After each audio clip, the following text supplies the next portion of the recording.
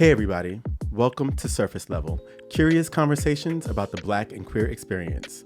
I'm one of your hosts, Tony, and today, Jordan, Damon, and I are discussing the intersectionality of the transgender community, sex work, and survival.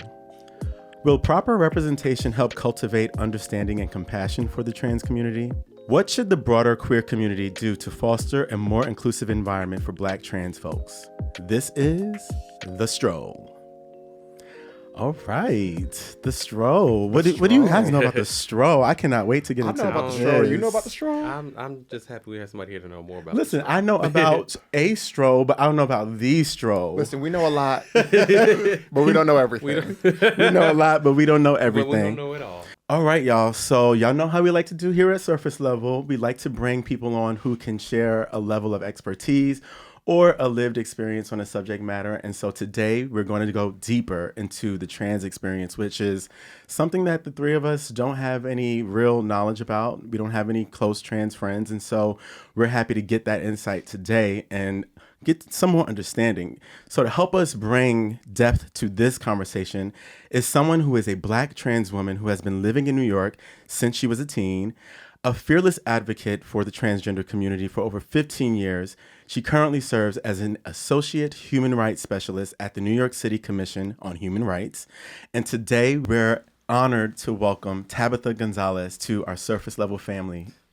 Yay! Welcome. We're so excited to have you here. Yes. Thank you for having me. Yes, absolutely. And so how we like to start our show here at Surface Level is we want to do a little icebreaker, get everybody comfortable, so we're going to start with the game. And for this particular game, and correct me if I'm wrong, and I know you will, you are affiliated with the House of Maison Margiela. Am I correct? Yes. Yes. So this game is going to incorporate a little bit of ballroom for the girls. Okay. And it's going to be a little bit of a category situation going on. So let's start. At the Surface Level Legends Ball, which category are you sure to take home grand prize for? Vogue Femme, Butch Queen Realness, Face, Catwalk, Old Way, or New Way? Jordan? Well, she said, I hate you. I think, I might be competing in face. I don't know if I'll take it home, but I'll compete. You'll compete. Well, it's our ball. I'm assuming we're paying for it's our it. ball. So a little payola goes a long way. Maybe I'll pay for my trophy. You're going to put your best face forward. I will. Okay. It doesn't really work that way. Let me know. Straight. How about you, Tabytha? Which category are you sure to take home grand prize? None of those categories. None of them. Because those are Butch Queen focused categories. Yes, okay. I mean, when you say face can be open to all, or it would be specific to gender in a sense, or identity. I don't walk any of those categories, but if it was a realness category, I'm definitely the icon slayer. Go on. Word. What about Word. you, Tamon? Runway, I guess, show. Yes. Going on catwalk, runway. I'm going to say Butch Queen Realness. I'm going to give my best effort for that category and say that I'm taking home grand prize. Which of the 5 elements are you known for? Hand performance, catwalk, duck walk, spins and dips, or floor performance? Child. Now, I'm known for clapping in the audience. On that one, I'm not. No. We're talking. Listen, this is hypothetical. Like if this is our Surface Level Legends Ball. So at this point, you are an icon. You are a legend. You are the moment. So we're suspending reality. We're suspending reality. We're going into delusion for ourselves. For ourselves. Okay, there you go. We're suspending reality. This is our Surface Level Legends Ball. Which of the 5 elements are you known for? Well, hand performance is the best you can get out of me, because there's no way. I've been broke my back. We were actually just talking about this last weekend in Provincetown, where we were just like, if we were to compete, we don't think that we would be able to do a duck walk because you have to be very athletic. You know what I mean? It requires a lot of strength to do that. So yeah, I'll probably be doing the hand right along with them. Okay, hand performance. I'm gonna say catwalk because I just love when the girls come down. And it's very like feline-esque. What about you, Tabytha? We're gonna suspend reality with you as well. Well, I do perform a little like, it's been a long time, but I would say hands. Yes, give us a hand We can perform performance. together. We're gonna be We could like be a group. 3 tiers. I was gonna say we could be a group, but I was like, you know what? Actually, I'm not worthy. We'll support. Okay, now on the hit show Pose, which house would you be a part of? House of Abundance, which Mother Electra ran. House of Evangelisa, which Mother Blanca. House of Ferocity, Mother Lulu and Candy. House of Khan, Father Jason, or House of Wintour when Mother Electra came back and said, this is my new house. Which house would you be a part of? Damon? If we're based on that show, Evangelista, just because I thought it was more about family than the ball piece of it, and I that is something I just gravitated to. Okay. Jordan? Abundance. Abundance. Yes. You're gonna give Mother Electra the original house. Actually, that's a sickening house though. I was thinking at first I was thinking Evangelista, but then I was like, I would love to come back and give redemption with House of Wintour. How about you, Tabytha? I'm gonna, I have to say the House of Wintour. Yes. Of course, Dominique is my sister, so I would have went to any house that She's in. yes. Love that. Okay, now this one here, a little bit more controversy. Mary J. Blige's Purpose Ball, produced by Miss Lawrence, was held in Atlanta and saw a panel of judges that weren't exactly all from the LGBTQ plus community, nor the ballroom scene, including Brandy Evans, Gail Bean, Blake Newby, and La Roche, and Mary J. Blige herself, all sitting on the judges panel. So there was some controversy and chatter, if you will, from the community around like some of the folks on the judges panel judging the actual ball. Was this a chop for you, or is it 10s across the board? I can't represent everyone's emotions on this, Nope. so I'm going to pass on that question. I do think that there's validity to both sides. So, but I do think that, there are traditions, there are, rules, or just the ways that we conduct categories. And I think that, a lot of people didn't get the exposure or the representation that they needed on the floor and on the panel.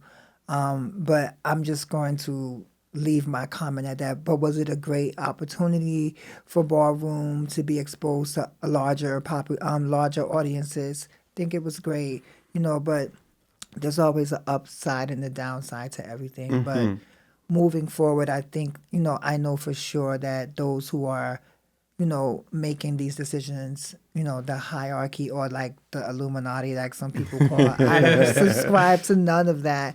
I truly believe in the powers that make those connections to get ballroom to where we need it to be in mainstream media. Yes. Or whatever decisions that they decide and we all decide to do with ballroom, because this is our community and this is our stories. Right. Okay. So we're going to leave it at that. And lastly, just for you, Tabytha, we asked this to all of our guests. What are you curious about? And this could be anything. I'm curious about what is it going to take for me to just have my house, write a book, and raise my family. Yes. But I don't think that there's a lot. I think a lot of the things that I was curious about, I probably experienced at one point or another. I always curious to learn new things. I do want to try to eat different foods from different countries, but my money ain't there yet. So I'm curious as to how I'm going to make that happen. Okay. Well. All right. So we're going to get into a whole dialogue about your experience, the trans experience. And so before we get into today's conversation, I'm just going to give a little bit of background on the documentary that Tabytha's involved in that just came out June 21st. And just to give the folks some context, it's called The Stroll, and it's a documentary that tells the New York City story about West 14th Street, which was once a central hub for trans women, sex workers, that has been displaced as the city's so-called meatpacking district, which we all know it to be now, and has transformed through gentrification, now sporting high-end restaurants, boutiques, the High Line, the Whitney Museum. We all know, who lives in New York, these things. And so with lots of archival footage, the documentary brings this world this lost world that they're calling it a lost world to life. But Tabytha, I'm sure you might feel different about that. And it's centering a subset of the trans community that's often left out. And so the documentary is actually available to stream on Max, which is the streaming platform that bundles all of HBO together. So now, Yeah. I mean, one of the things that I really loved about this documentary is that it was directed by two trans women, one of which, Kristen Lavelle, who worked on the Stroll at one point. And so I love that the story was told from the first-hand perspective. You talked about it a little bit in the game, but having that representation is great. But having the representation come from the vantage point of the people that are in the community is even better. And so my first question to you, Tabytha, is how do you think the Stroll documentary will help cultivate a stronger sense of understanding and more compassion for the trans community? Well, I know I don't know how like I feel like in regards. I know what I hope that it will help people to gain a better understanding of that sex workers are not just like your junkies, homeless rhetoric, or people who are like displaced, and that may be true for some, but many people choose to sex work for various different reasons. And may it be to sustain, to get something, or whatever their goal is.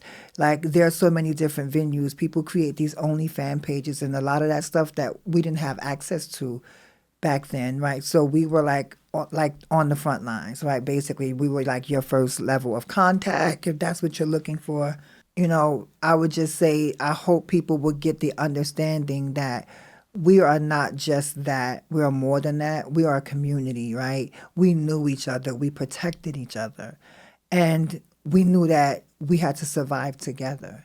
Like, each one really did look out for one. And I think, you know, having the ability to now screen your clients and do stuff like that gives us a small level of safety. But I think people need to understand, as we are a people, we're not just your throwaways, right? I'm a prime example of that. We're more than just our sex work, you know. But if that is all we are, then that should be respected as well. Because this is not about shaming the ability to sex work, because that's a choice. But what about those who didn't have a choice, right?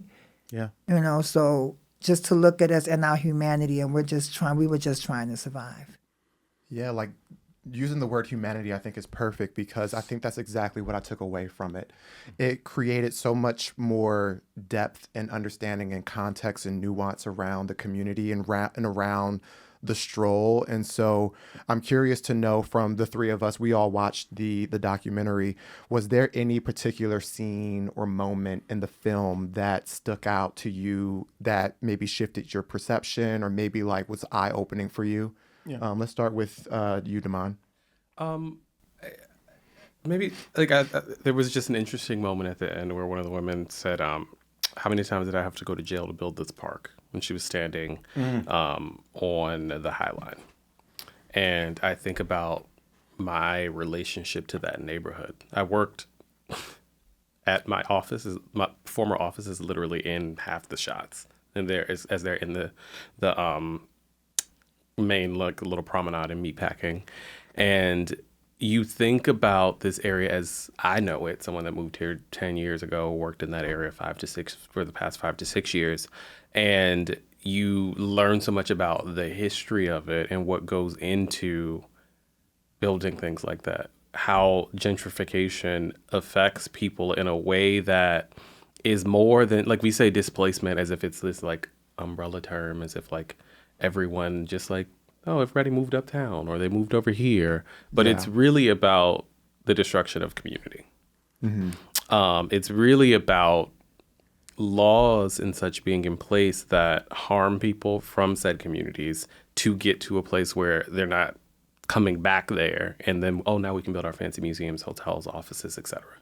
And I think that her saying that was just like it was what, 6-7 words, but like it really for me encapsulated what gentrification does, what the like tangible effects of it are, because like displacement is such like a broad term. But like, it's really, this woman has continued to go to jail when she was just trying to work to either feed her family, whatever, whatever the means and the survivals that she needed. That's what she was doing. Yeah. But like, we put in place laws to allow her not to do that, so that we could build the Whitney, so that we can have the Restoration Hardware showroom, so that we can have Pastis. Yep. Yeah. And like, that to me was like just a very impactful thing. I love like finding little small moments that like have such bigger and broader implications, and that was something that really stuck with me. Yeah, one of the things for me that, like, as Tabytha is talking about sex work and the need to have to do it for survival, is like, we had an episode a few seasons ago about sex work and Pay for Play with Zola Bruce. Yeah, and the various ways in which that comes to life, but never in that conversation did I really think about the trans experience. And so now, after having watched the Stroll, I'm just having just another layer of eye-opening moments. And one of the things that stuck out for me, and we're going to get down to this because this was crazy. Oh, okay, are these new glasses? These are new. Okay. These are new. Okay, You're like, he brought his about to drop some glasses. knowledge. I'm like, what's going on? Like, this right here was crazy to me, and it had to do with the 6th precinct. And Tabytha, correct me if I'm wrong on that, but this particular precinct in New York. And so GayCityNews.com said that the police at New York City's 6th precinct were also something the sex workers had to contend with, as arrests on the Stroll were a regular occurrence. Everyone recalls having unpleasant encounters with the police. One subject matter, it says one subject, but one of the women on in the documentary said that they performed a sex act on an officer who then turned around and arrested her. Yeah. Which was crazy to me, and that was like baiting to me. It says that another interviewee spent more than twice her sentence behind bars because of the difficulties she faced while incarcerated. Others talk about the walking while trans, which was a law that was put in place to target the trans communities, particularly the Black trans community, and harass them for baseless reasons. Literally, you could be walking to the grocery store and get arrested and, taken to jail. And this is one thing that I hope, Tabytha, if you don't mind sharing your experience. You talk about on the documentary having been, you were arrested, put in jail for 7 years, ended up being in there for 14. Can you talk more about that experience and what that was like, being there, coming out of it, what life was like after? well, for me, like, my first case was like literally on 13th Street, right? That wasn't ever that was my introduction to like ever being arrested, and it was for like a bag of weed, right? So that kind of was the catalyst, right? Because now I have a misdemeanor. I was already a butch queen up in drag, or whatever term we want to use, but at that moment, like, some of us were not safe to transition in our homes. Right. So, I would do what I needed to do when I went outside. I was accepted by some parts of my family, basically like my grandmother and my immediate core family. But like, I couldn't go to every family dressing the way I wanted to. My family was very religious. So I, started to make money on the Stroll. And I remember Melissa, my friend Melissa Extravaganza, like, we started to walk around there. And I remember having my little weed. We used to call it Sheen back then. And I used to have my Like little Sheen? Sheen. Yeah, I used to smoke my little Sheen and go and hang out. And I got arrested. Came back out, and I still didn't really know, like, that was just, I felt community. That's where everybody went. Like, the people were there. And if they wasn't on the pier, to go over there with the girls. Now, some girls were, like, in Show World, where I would go and meet my mom and all of that, Letitia. Queen Mother Revlon, let me say that. Yes. And that was like a family. Like, I felt the sense of family there. So I felt safe there. Did I get a lot of arrests there from the 6th precinct? Yes, I did. My rap sheet is extensive. A bunch of misdemeanors, right? Then we have the felonies, which ultimately landed me in prison. So we're going to fast forward a little bit, because that's like so much in between, like my introduction to the Stroll, who I was around, the risk that I took to survive. And again, like, getting arrested, I got arrested young. So all those stories that I heard about, they're going to do this to you, you're going to get raped, you're going to get this, you're going to get that. I was already in fight mode because it was either fight or flight for me. And I wasn't going to look at this sentence and be in there and be somebody's person scrubbing and washing clothes. When the scene with Shantae, like I remember being in the homo house. Like I remember coming through and they had us in this little special bullpen and we were all being there. And you know that if you didn't see your girls on the street, you knew you would see them in C-73. But back in that time, like if they didn't see you, you were dead. Oh, you know such and such, she dead, girl, she dead. And you would see them on the train the next day. But that's just because the epidemic or the epidemic of HIV was out at that time rampant. And you know, some of the girls, you know, I lost a lot of people. And I remember being in there and being fearful that it could be me. And I remember when I first went to Bear Hill and someone had gave me some stuff and they had put it on my bed. I didn't know that it was one of the girls who was looking out for me. And I spazzed out from the gate, like, because I needed to make my name known. I needed you to know that I wasn't no punk and you wasn't going to do nothing to me. And I screamed like, who put this shit on my bed? And by looking, you know, and this is why you really can't go on appearance, right? I assumed she was just one of the boys. And we gets to fighting. And that was my first infraction. Right? Of course, I was the aggressor in the thing, so I ended up like getting bounced around from dormitory to dormitory because like I was like this kid who kept getting infracted. But I was this fearful person who didn't know what the hell I was getting into. You see what I'm saying? I was here and I'm like, you ever had the saying like, why am I here? I don't belong here. I always knew I didn't belong there. I was just trying to survive. Why the fuck am I in jail? Right. You know? And I developed a nick for cutting. And it was either you or me. Because I've seen girls like get cut in the face. I've seen all that. I've watched how it go down in the yard.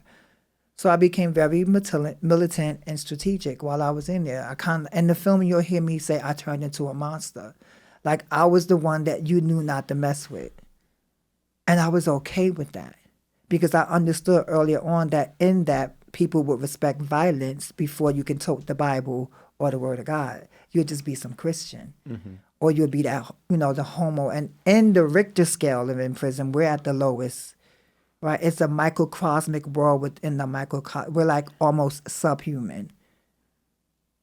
Right, so we're treated grossly by inmates. We're treated grossly by the officers even going through, you know, central booking. You know, we're isolated in this one little area. We're there all day. Where some of us are sleeping on the floors, everything, just to get to a cell where we can wash up. Like, it was just so many different layers to becoming institutionalized, as some people would say. And that was the hardest thing for me, you know, knowing that I wasn't going to come home because I just caught a case from stabbing somebody, right? Being in the box for like over 7 years, you know, coming out in a little 4x4, like little yard area where I can go and talk to the next one that's locked up and we get fed through a slot. But even in there, I knew I didn't belong there. You see? So it was always that psychological thing. And I remember being in Attica and I met this guy named Chinesu who kind of told me that my actions was wrong. And I needed to calm down. I remember clearly, he said, what you trying to be? Because you can't, women don't do that. You out here fighting every time. And he just like, and he looks like a big brother to me. So I was kind of scared. He was big. And I was like, okay, you about to get it next. You say one more thing. I remember I was getting ready to come out to fight this guy who fixed my watch and stood in front of my cell. Am I going away from the question? No. Okay. He stood in front of my cell and he went to give me my watch, but he was also in his underwear. See, I don't like suspicion. I don't like talk, none of that. You're not going. You know that you wasn't supposed to come. You know you're not supposed to come in my cell like that. You violated me. Right. So I told him to get out of my cell, and it became this big thing. And I had my little son. Shout out to Wild Out and 8 Ball. They was in the back, right? And I flew them a kite, and I'm like, "Yo, on the lockout, he out of here." And Chineso intercepted the kite. And when we came out, because you got to throw it to the back. And he grabbed it because it's the string that goes under the gate.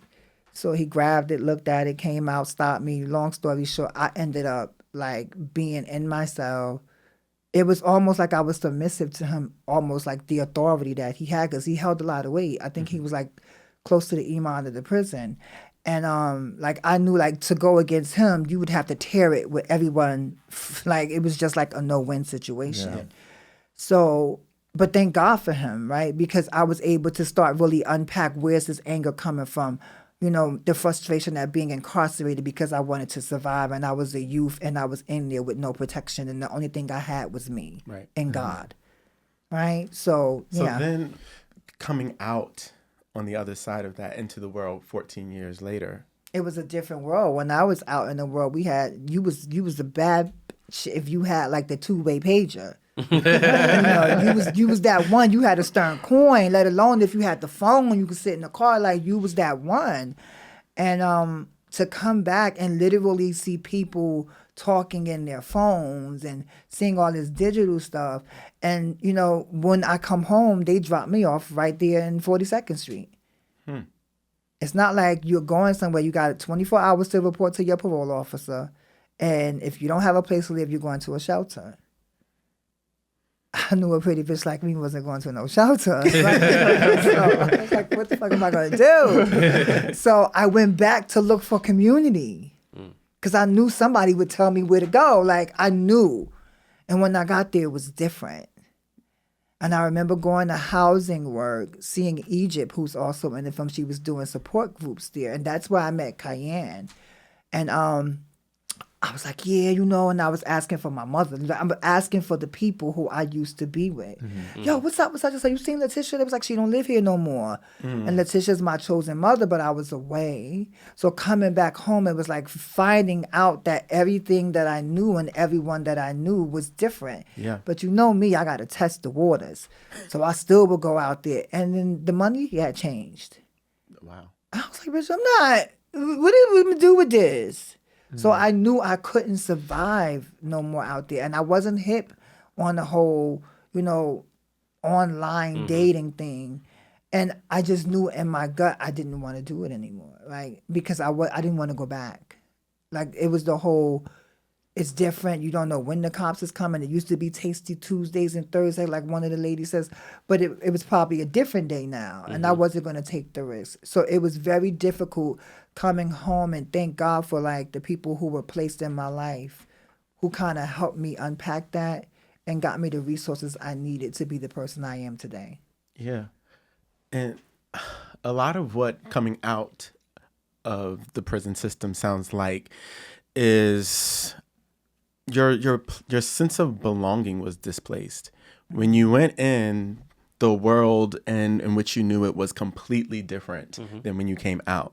Gentrification, like that was showcased in the film, and it was just fascinating to see how quickly things changed and how politicians and like the mayors that Bloomberg and Giuliani made it so. And so coming out and seeing the Stroll is not the Stroll no more. No, it really wasn't. How did that affect your sense of belonging, and where did the girls go? I remember like going to the Red Umbrella with my husband and just like trying to find community. And the Red Door was like some place that Cayenne was at, and like they would give out food and stuff, but I didn't know where community was. Midtown had changed. Everything had changed. And everybody had these damn phones with all these apps. And I'm like, whoa. So when I got Facebook, I was excited. I had created an account and I was really trying to find people. I would go on to find my mom, but she's no longer here. So like she routed me in the spaces where I would go to. So I found community like when I found Nicole Bowes. Right. So, and I keep saying names because I know that names have power, and I know that there are people who are a part of this narrative for me to be able to show up. You know what I'm saying? I'm trying not to get choked up. Take your time. Because it wasn't easy for me. And I remember Nicole moving the hair out my face saying, show your face. Then me meeting Sean, this fucking displaced kid who I needed a shot. I just didn't know where to get it because I didn't know where community where I would feel safe. So many things had changed. The people who I was connected with were like doing business stuff, and it was just like doing stuff. And I was in the shelter trying to figure it all out. You know, thank God for Sean, that he would take my resume, help me cultivate it, that I would get my first job working in a law firm with this white trans woman who would give me my first job, Jillian Weiss, and thus began the road to activism and lobbying, because I didn't have anything. I had to really try to figure out. And then I realized that I wasn't the only one that was going through this, that it was others just like me. So then I found community. I remember Cecilia and Lala giving me a microphone saying, speak. And I was like, well, what am I going to say? It was like, you got this. Tell your story. And I kept hearing this thing about tell your story. Tell your story. I was like, well, why? What's so special about mine? Right? But then I began to cultivate the language, and I found community with them. They have disciplined me. They have harmed me. They have helped me. They have shaped me. And that's where I found my community. Ballroom is my community. Getting back into the House of Revlon then was like the best thing for me ever, because I remembered what it was before I got arrested. But even those things had changed. There were new people and new things, and everything was new to me. You know, so I think I did pretty good for myself. Wow. Yeah. That is so moving. Like, just when you talked about going back to the prison system, being at the bottom of the barrel, like less than human, essentially, and coming out, when we talk about the LGBTQ plus community, the trans community is often lost in that. And when people go out to fight for our rights, y'all show up for us. And then when it's time to show up for y'all, where's the rest of the community? It's been that way. So I've always subscribed to, like, no one is going to fucking save you.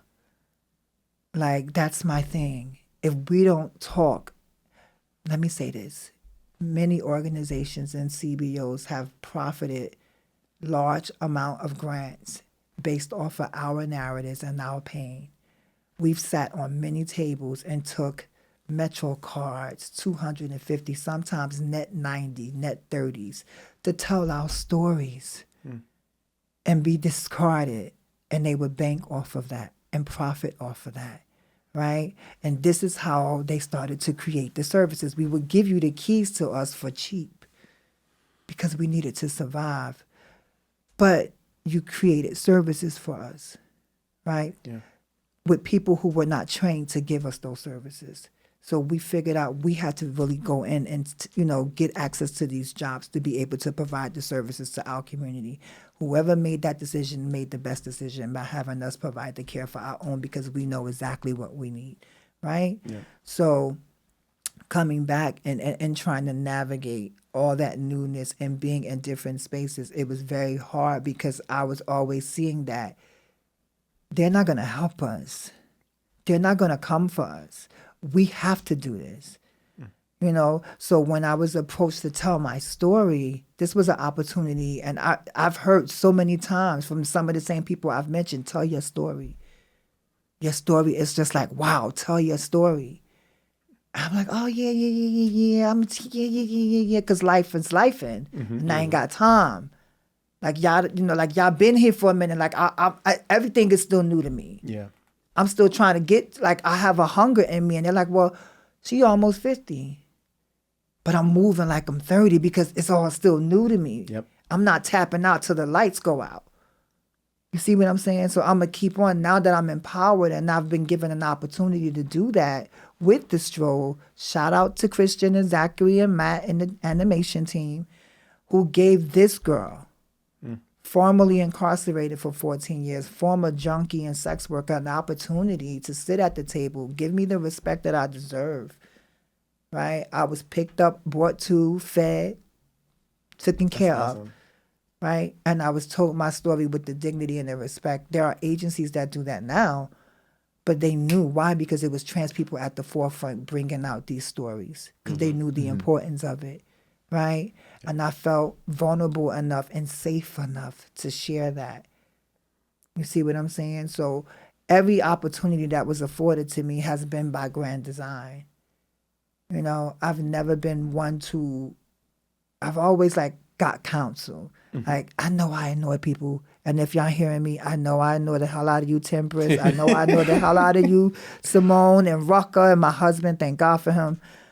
But I continue to ask counsel before I move into things because it's still new. And they've all been gentle with me. I've made some mistakes, but I feel confident now to share my story and to sit here with you and talk about it. Yeah. Well, we really appreciate that. And I think with us still being in Pride Month right now, like everything that you said right now really made me think about a certain part of the documentary where there was a comparison made between the murder of Amanda Milan and the murder of Matthew Shepard, and how it showed just like the really huge disparity of care and humanization. One Black trans woman dying in Port Authority. And if you've ever been in Port Authority in New York City, you know that it's a ton of bystanders, like buses, trains. It's in the center of the city, and no one helped. And then you have Matthew Shepard, a cis white gay male who was murdered, and the entire country came together to show their support. And I think that it's really important that in Pride Month that we bring more attention to the fact that we, the three of us, could be doing so much more for the trans community and the Black trans community. And that this documentary isn't just like, you know, saying, you know, bad job to the cisgendered straight people. It's us too that need to step up. And so I'm so happy that you feel safe enough here to share your story and to give us more details that aren't in the film, because I think that adding that texture just continues to help sort of build understanding and build compassion and get people to listen to these stories and be open to them and look inward and figure out how they can be better advocates for the community. So thank you for opening up and sharing with us. Listen, I'm just at a space in my life where I have to birth some new things and get rid of some old ones. And if me birthing opportunity, birthing, you know, because you know by the words of our mouth we'll have what we say, I truly believe that. Just give life to my words, so therefore I can gain the access that I need, right? When I first came here, you know, like I told, like this is my first time being on a podcast of this level. Right, you'll see I've done some of this like with friends and stuff, but it's just like us being us. Like I don't know any of you, so I'm in this space and I'm maybe a little bit guarded, but I feel like I'm safe here. Like you're not going to harm me in this space, and more often than not, that's how we come because we've been so disappointed by our own. Right, so it's always hard for us to come in this space where we don't see ourselves, and it's like, how am I supposed to talk to them and tell them about me? Yeah.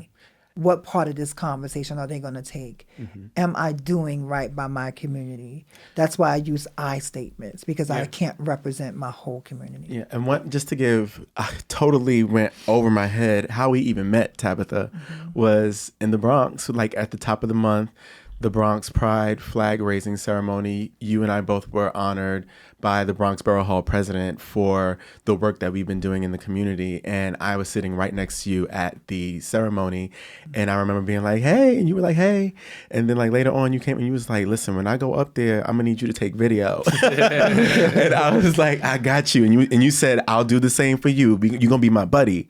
And then afterwards, the flag went up, we started talking, you gave your story.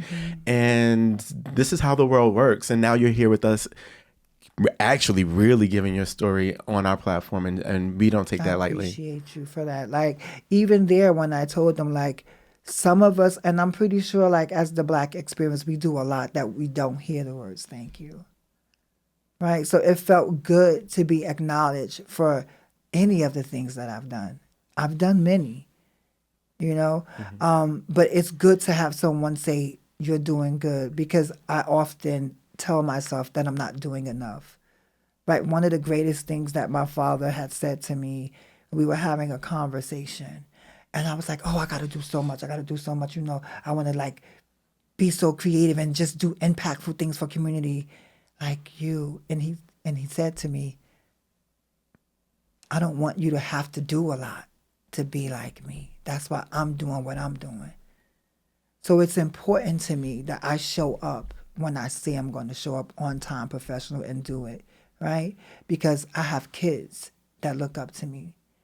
So the same way he takes them shots and many others who come before me who deserves access to these spaces and talk and tell their stories, I stand on huge shoulders. You know, so when I come, I need to be able to be of service to the ones who look to me. Does that make sense? Absolutely. Yeah.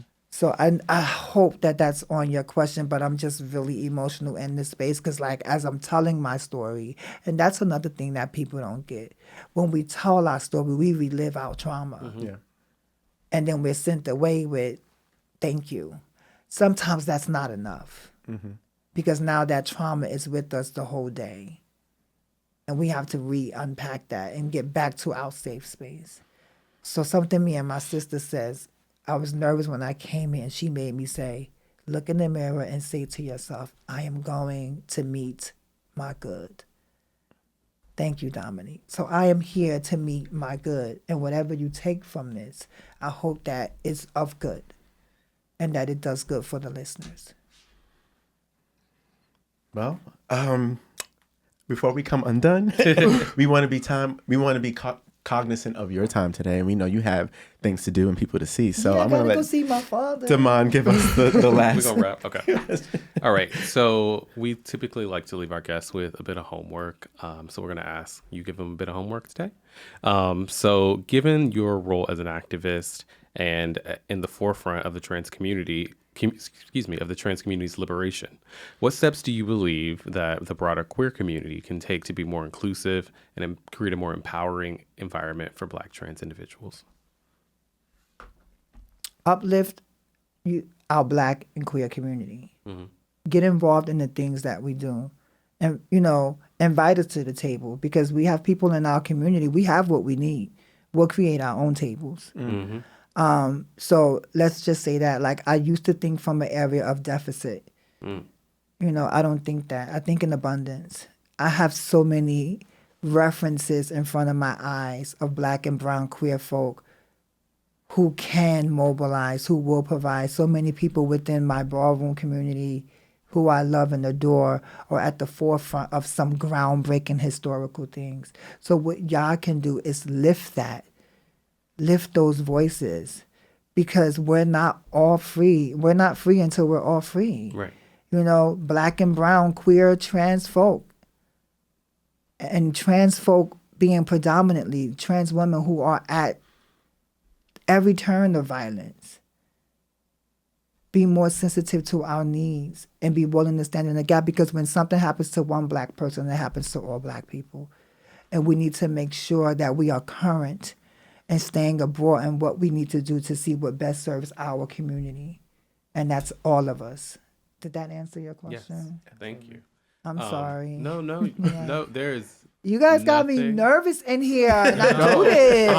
Honestly, I they're am. going to read me books. They're not No, gonna I do am. that. I'm like hanging on to every word, and I'm sure the Yes. listeners and the viewers are gonna be the same way. Like Yeah. what you're saying right now is so important and so invaluable coming from your perspective, and so like the listeners need to, after they're done listening to this, your other homework is to watch the Stroll because Yes, It watch is- the Stroll. it's streaming on Max, and I watched it twice because I was just like, there were some things that I thought that I didn't really hear correctly. I was like, I need to go back.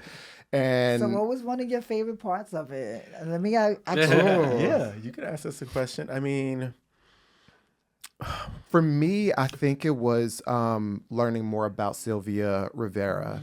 That was the part, yeah. That was prior to watching the film, I didn't know much about Sylvia, and I love that there was so much of the film dedicated to show her activism over the years and over the decades. And I just think that also the way that it was shown, again, really was eye-opening into like how much more work the broader queer community needs to do in order to make sure that trans folks and Black trans folks are supported. So that was probably for me. I think for me, what was really just powerful to watch, first of all, one thing was the animation that helped to tell the story.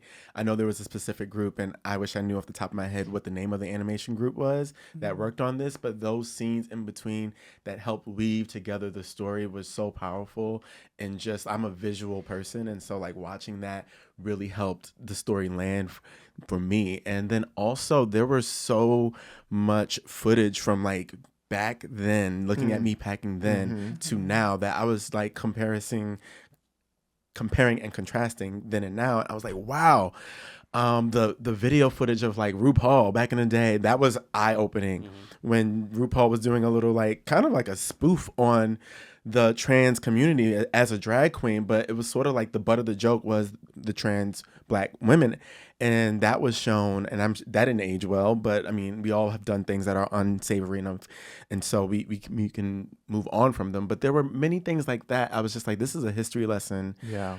For me, it's a history lesson, and it's appointment TV for anyone in our community. Yeah.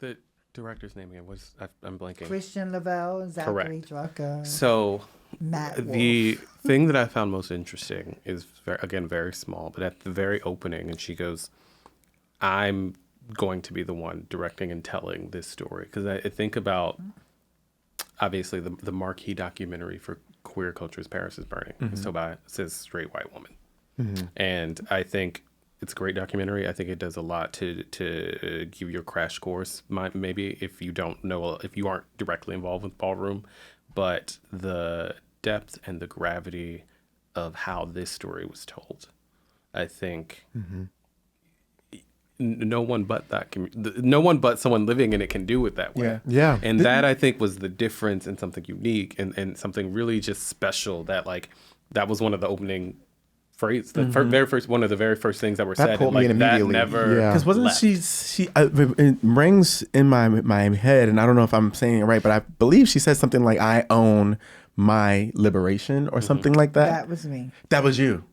So I do say in the movie, I am my own liberation. And I say that because no one is going to save us, and the minute that we, wake up and realize that, those who may be adjacent to our, our journey or our experience, they're not going to help us. And in fact, sometimes it's not really their responsibility, and they may not feel an obligation to do so. So when we want liberation, you are your liberation. You create your story, and you get to dictate what happens to you in life, and you teach people how to treat you, right? So it was important for me to realize that, like, no one's going to save you. I've been in many situations where I had to save myself. So I became my own liberation. Who knew that I would be incarcerated for 14 years in the city of New York, come home, and then be years later working for the same city that held me captive for 14 years. You see what I'm saying? It took, and I just want to say this, right? I name drop because I honor them. And I believe with honor comes grace, right? So I honor those names of the people who were there for me, right? Because I didn't get here by myself. They showed me doors, I walked through it. So the next podcast, because I'm just going to say it, right? Because for me, I'm in the space of what next, right? There has to be a next. My story did not end at the Stroll. You see? As you see in the movie, I'm walking away from the Stroll. My story did not end at the Stroll. There's more. And little by little, I'm going to have opportunities to say that and to tell that more, because there's so many nooks and crannies. But what I will say, if I can take liberty, Yes. is that every trans person under the sound of my voice know that you are loved, you are valued, and your life matters. No matter where you're at on the spectrum in your transition, no matter where you're at in your life and what difficulties you have today, I am proof that you will get through it and you will make it. You are wonderfully created to be the being that you are, and continue to be great, and don't give up on yourself. That's it. Well, if you'd like to provide any information about how people can find you on social media, any upcoming projects, in addition to the Stroll that you want people to search out, this is your time to also share Well, that. my Instagram is Tabytha Gonzalez. You'll probably see it spelled here. You can continue to use that. The animation team, if you want to follow them, it's awesome and modest on Instagram, because they're modest. They like to do the work behind awesome. the scenes, and they're definitely awesome. Their animation was fabulous.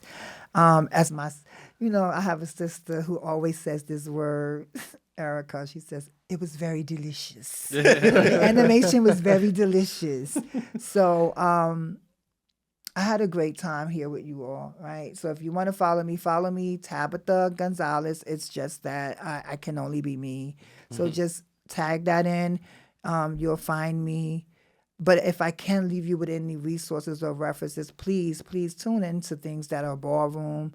Like, we are a talented group of people. We're all not vulgars. So, don't come at us with all these, I'm not jumping off no tables and spinning. I'm a little bit too old for that. But we're all not vulgars. There's so much more to ballroom, and the world has yet to know that. And there are people in places that are going to make the world understand who we are. I'm drawing up blanks because I'm just like, gun-ho. I have my little notes in front of me. And today I really came unscripted because I wanted it to be raw and I wanted it to be me. And I think that when people hear raw stories and raw narratives, they get to understand it. This is not a story of me being a victim. I'm a victor in this. I'm able to provide for my family. I have a loving marriage. Shouts to my husband, Louis. We've been married 12 years, something that they said we couldn't have. I am 49 going on 50. I was supposed to be dead at 35. Everything that I wasn't supposed to do is now just beginning for me. So it's a new season for me. I'm ready for my new season. And I thank you all for having me here. But if I don't get in this cab and go see my makeup artist, I'm going to get in trouble. Right. Okay, I'm on my way, boo. Okay. And that is all the time we have this week. If you enjoyed this episode, let's keep the conversation going. Let us know your thoughts and questions at surfacelevelpodcast.com. And remember, stay curious.